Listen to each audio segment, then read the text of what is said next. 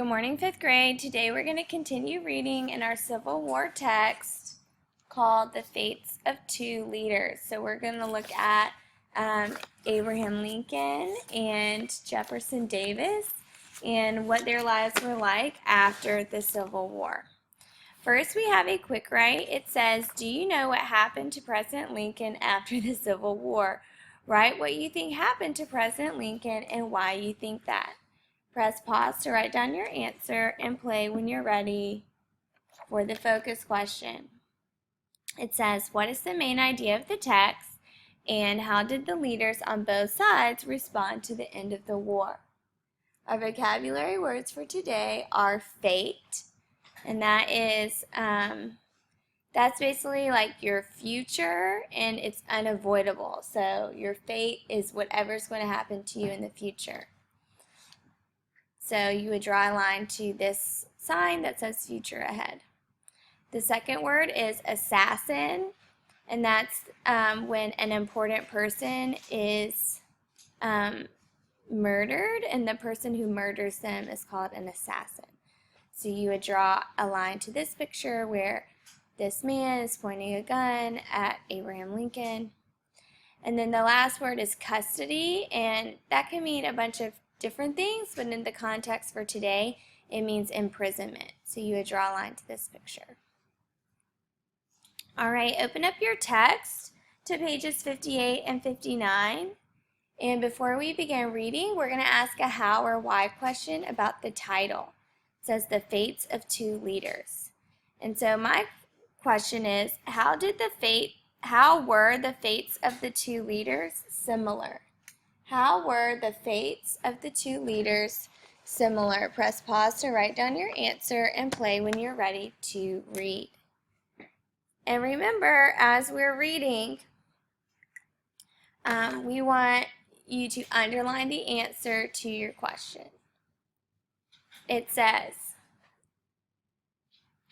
within days of Lee's surrender, the Union lost its leader.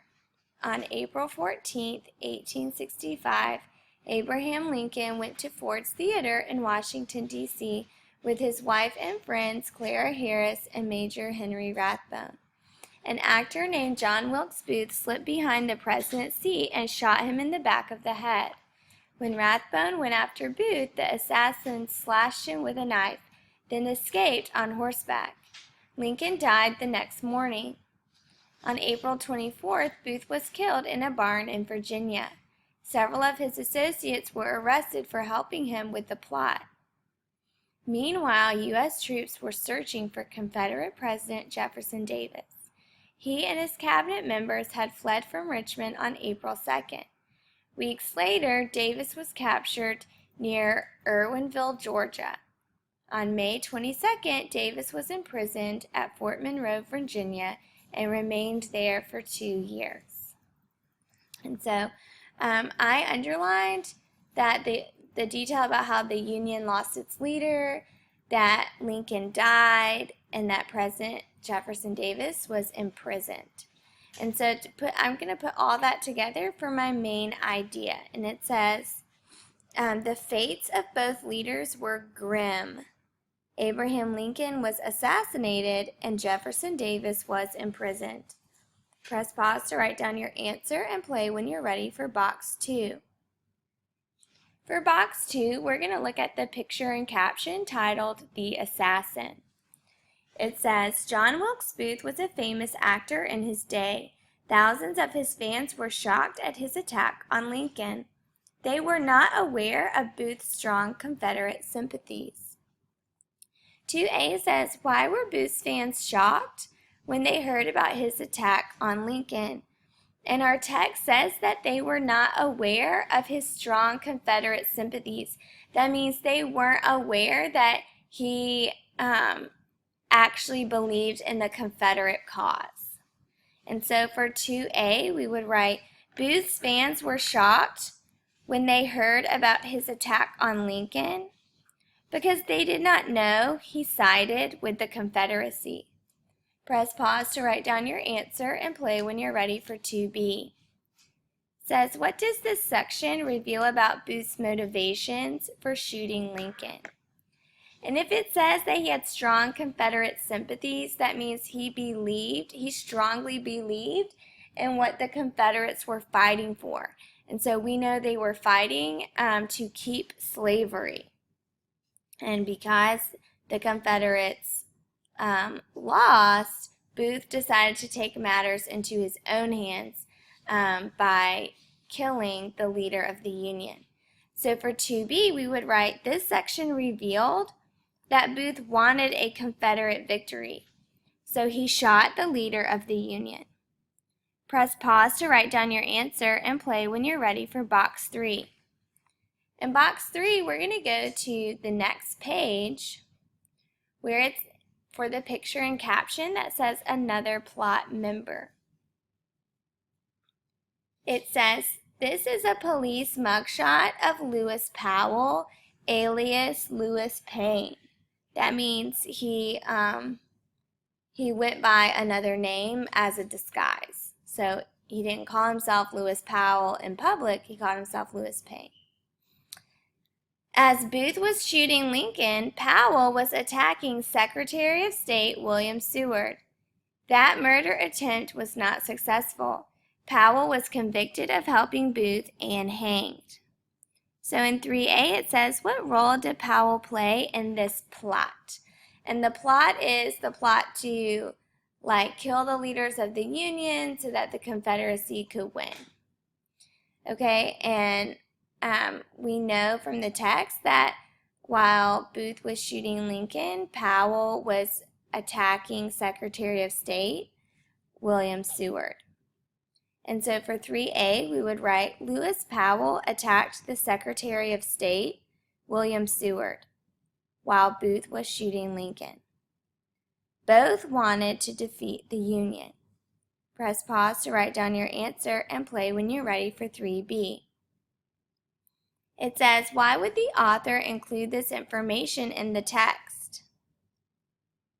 And so the author would include information about someone else attacking another Union leader to show us that the big picture that John Wilkes Booth and his team of people, they weren't just trying to take out Lincoln, they were trying to take out many of the Union leaders. So the author is showing us that this plot was bigger than just killing the president. So in 3B, we would write, the author included this information to show how big the plot was to take down the Union. Press pause to write down your answer and play when you're ready for box 4.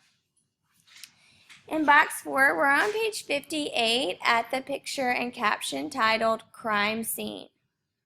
It says, Ford's Theater, where Abraham Lincoln was killed, was owned by John Ford.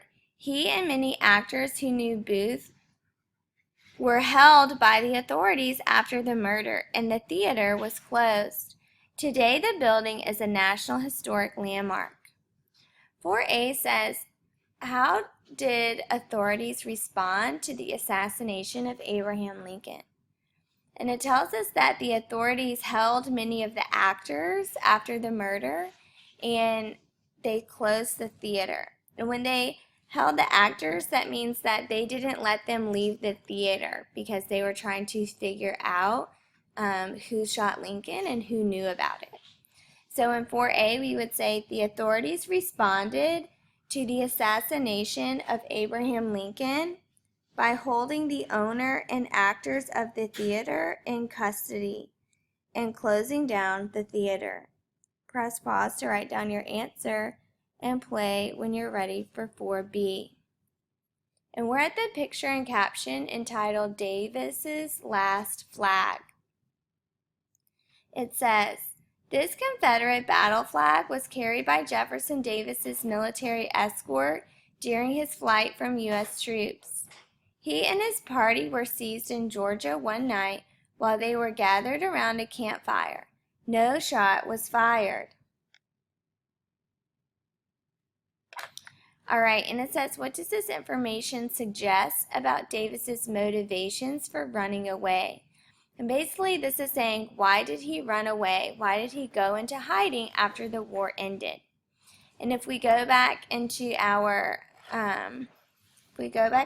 text, we know that he ran away because he didn't want to be captured. He knew that he was going to be punished as a traitor for leading a war against the United States, and so he ran away so he wouldn't be captured. So in 4B, we would say Davis ran away